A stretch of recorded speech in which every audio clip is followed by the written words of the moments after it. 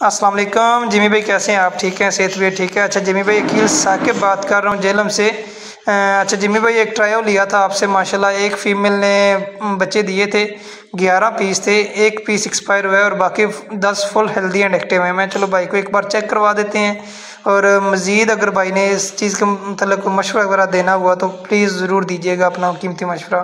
और माशाल्लाह उसकी दूसरी फीमेल ने बच्ची दे दी, ये देखें। तो इस तरह दोस्तों लोग कामयाब हो रहे हैं।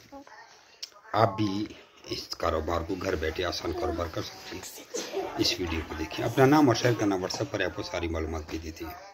इसके बाद इस दूसरी वीडियो को भेजें, दूसरी मादी ने भी दी है। अस्सलाम वालेकुम जिमी भाई, कैसे हैं आप? ठीक हैं? सेहत भी ठीक है?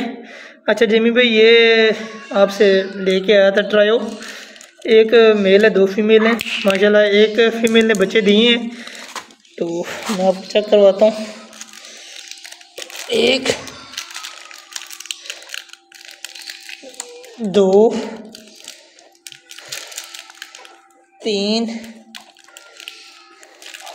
4 5 6 7 8 9 10